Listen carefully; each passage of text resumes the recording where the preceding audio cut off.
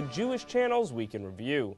American Muslims join the call to release Gilad Shalit. Who thinks Michelle Bachmann is Jewish? Why this softball game is about keeping Jewish communities safe, and more of the Jewish news that's changing your world right now in this episode of the Week in Review. Hello, and welcome to the Jewish Channel's Week in Review. I'm Stephen I. Weiss.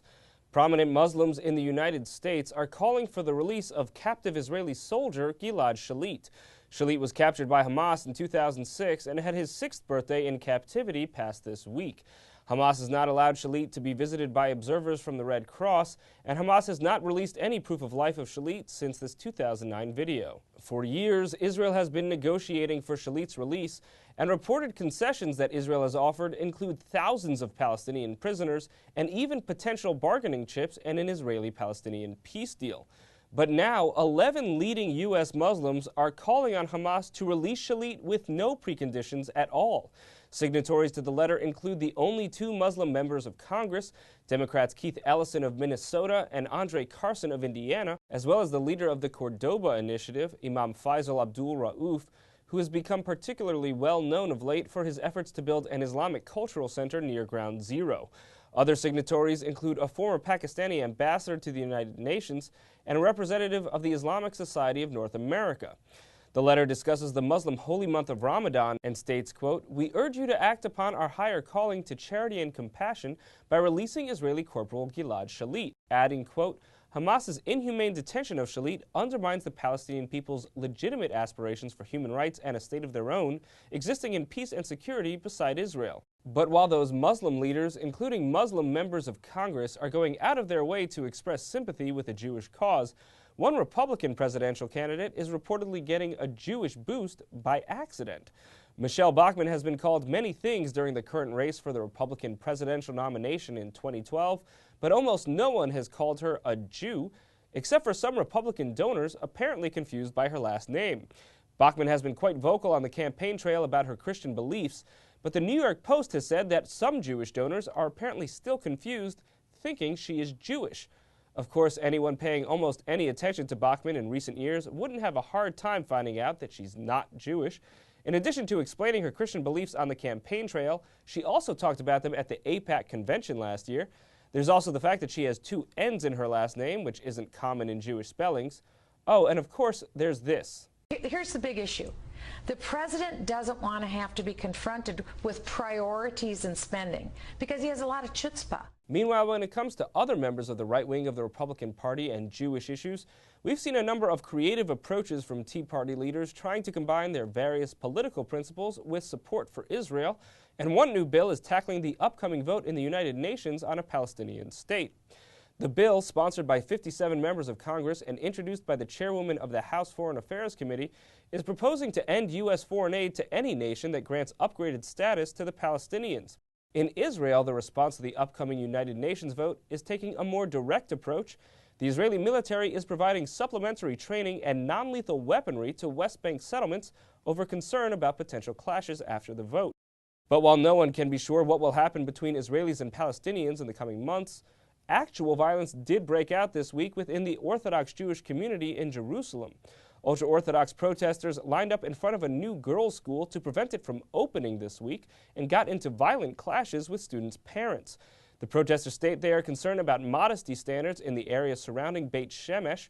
Police were called to break up the fight but have not yet removed the protesters, so the new school has remained unopened, with students diverted to other schools.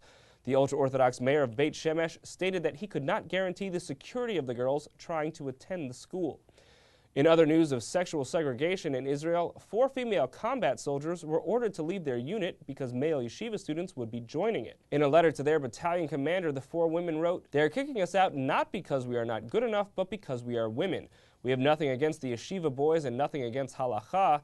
There are battalions in the IDF that have no women in them, and these soldiers can be placed there." And Israel faces segregation problems not only in regards to gender, but also on issues of race. The Ethiopian Jewish community, which is the largest black community in Israel, has faced many forms of discrimination over the years, but now Israel's education minister is saying that de facto school segregation will come to an end. Because of what is being described as an Israeli version of white flight, a number of schools in Israel had developed a significant majority of Ethiopian students. 2 such schools are being targeted for closure and will not open new first-grade classes this year, the education minister said in a speech this week. The Ethiopian students would be assigned to other schools with more common ratios of Ethiopian students. He said that de facto school segregation, quote, endangers the future of Israeli society, adding, quote, I have thus instructed all the district directors to prepare within a month a multi-year plan that will fundamentally change this reality by closing down schools in which all or the overwhelming majority of pupils are from the Ethiopian community. Meanwhile, here in the United States, 2 groups that sometimes have a hard time working together are the New York Police Department and the ultra-Orthodox security service Shomrim. The Shomrim have been receiving negative coverage lately for their failure to immediately report to police the missing Brooklyn 8-year-old Libby Kletsky. But as Christian Needon reports, fellowship was the name of the actual game as both Shomrim and police suited up for the softball field. Borough Park residents saw their 2 local patrol organizations wear different kind of uniforms last week, as members of the NYPD's 66th Precinct and the Borough Park Shomrim Safety Patrol took the field for a friendly game of softball. The 2nd annual Greenfield Classic was organized by the area's New York City Council member David Greenfield, who explained his reasoning behind the game. The idea really was that these are 2 of the finest institutions in our community. Public institution, of course, the police, which we all love very much, and private institution, which is a nonprofit charitable institution, a community volunteer patrol, which is the Borough Park Shomrim, and they have a great relationship. And we thought, they work together all the time in a very serious situation. They're reporting things or they're chasing people, and we figured it's a nice thing to just get people together and just do something where it's non-stressful and doesn't involve criminals. I asked 66th Precinct Team Captain and NYPD Deputy Inspector John Sprague about the working relationship between the 2 organizations. Shomrim and NYPD get along very well, especially in Borough Park here. We have a very good relationship. They look out for the community. They help us with our searches and with being eyes and ears for us and helping us out and giving us a lot of information, intelligence, what's going on. And it really works and works well. And the proof is in the relationship and how safe this community is. Borough Park Shomrim Safety Patrol Coordinator Yankee Daskell said he viewed his organization's relationship with the local NYPD precinct as a partnership.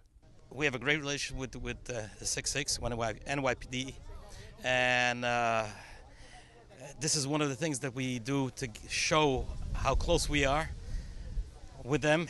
We're part of them, and they're part of us. It's like one click. I asked Greenfield why he thought softball was the sport best suited for strengthening the bonds between the 2 organizations. Well, rugby's not very popular in Borough Park. But seriously, baseball is a great pastime. Everybody likes it, and people love to watch it. We get a nice crowd, people from the community. They come. It's a free game. We have free soda, soft drinks, water, free popcorn, free cotton candy. So it's just a nice communal event. People come out, they cheer for their favorite team, and it's just a great evening. To see more from the 2nd annual Greenfield Classic in Borough Park, please tune into the full broadcast edition of the Week in Review. Thank you, Christian. Egypt has been in the news for months, and this week Christian Needon found 2 Jewish authors discussing their lives as Egyptian emigres. Around 500 people turned out this week at Congregation Road F Shalom on the Upper West Side to hear about the Jewish community that was expelled from Egypt. Authors Andre Asselman and Lucette Lanyado both grew up in Egypt and were on hand to read from and sign copies of books covering their families' long-ago lives in the country. From Cairo and Alexandria to Brooklyn and beyond, a conversation about exile, assimilation, and Jewish identity was organized by the Jewish Week and moderated by the paper's own Sandy Browarski, who heard from Lanyado about the forced dispersal of Egypt's Jews. The Jews of Egypt, we left stateless.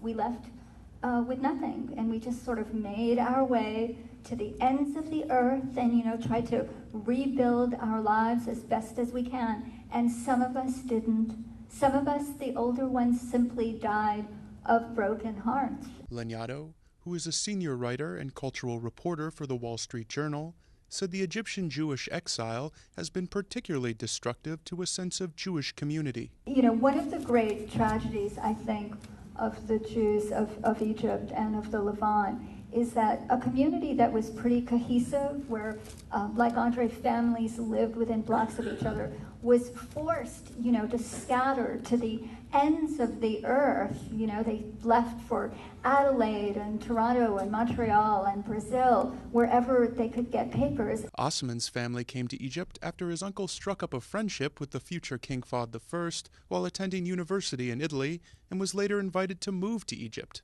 bringing along his extended family.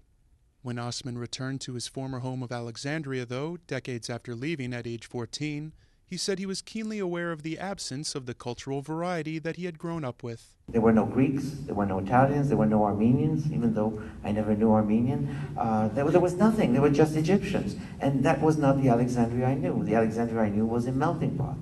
To hear more from this conversation about Egypt at Rodef Shalom, please tune into the full broadcast edition of the Week in Review. Thank you, Christian. That's all for this week. From all of us here at the Jewish Channel, be well. The Jewish Channel is available on cable. Time Warner Cable Channel 528, IO Optimum Channel 291, RCN Channel 268, Bright House Channel 330, Verizon Fios Channel 900, Cox Channel 1, Frontier Communications, and now on Comcast Cable in the on-demand menu under Premium Channels. For more information, visit tjctv.com.